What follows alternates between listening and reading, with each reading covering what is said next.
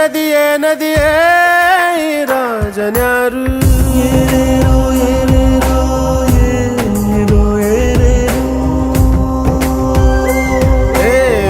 ವಿಧಿಯೇ ವಿಧಿಯೇ ವಿಧಿಯೇ ವಿಧಿಯೇ ವೀರನ್ಯಾರು ಒಂದು ಊರಿನಲ್ಲಿ ಒಬ್ಬ ಪರಾಕ್ರಮಿ ರಾಜ ಇದ್ದ ರತಿಯಂಥ ರಾಣಿಯೊಡನೆ ರಾಜ್ಯಭಾರ ಮಾಡುತ್ತಿದ್ದ ತಾನು ತನ್ನ ಪ್ರಾಣನೇ ಪಣವಾಗಿರಿಸಿ ಕಾಪಾಡೋ ಶಾಂತ